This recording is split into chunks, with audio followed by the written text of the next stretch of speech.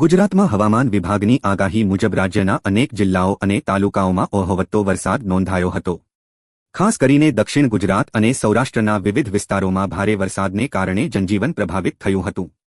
સુરત, નવસારી સહિતના શહેરોમાં પાણી ભરાતા અનેક ઘરો અને દુકાનોમાં વરસાદી પાણી ઘૂસી જતા લોકોને ભારે નુકસાન વેઠવું પડ્યું હતું। તેમજ વઢિયાર પંથકની વાત કરીએ તો શંખેશ્વર તાલુકામાં પણ વાવણી લાયક વરસાદ નોંધાયો હતો, જેના કારણે શંખેશ્વર ગામથી કુંવારક જવાના માર્ગ પર તળાવ પાસે આવેલા નીચાણવાળા વિસ્તારમાં વરસાદી પાણી ભરાઈ રહેવાની સમસ્યા સર્જાઈ હતી।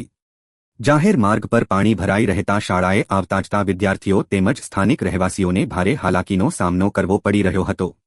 આ વિસ્તારમાં અગાઉ બનાવવામાં આવેલી વરસાદી પાણીના નિકાલની લાઇન ચોપ્પ થઈ જતા પાણીનો યોગ્ય નિકાલ થઈ શકતો ન હતો।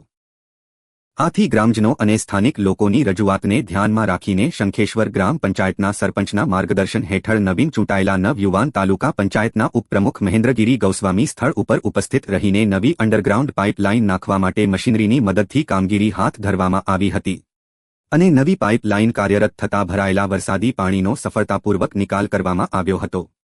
પરિણામે જાહેર માર્ગ પરથી પાણીનો નિકાલ થઈ જતા સ્થાનિક રહેવાસીઓ અને વાહન ચાલકોને રાહત મળી હતી। ગ્રામજનો દ્વારા ગ્રામ પંચાયતની આ કામગીરીને આવકારવામાં આવી હતી। રિપોર્ટર રાજુ પ્રજાપતિ, શંખેશ્વર।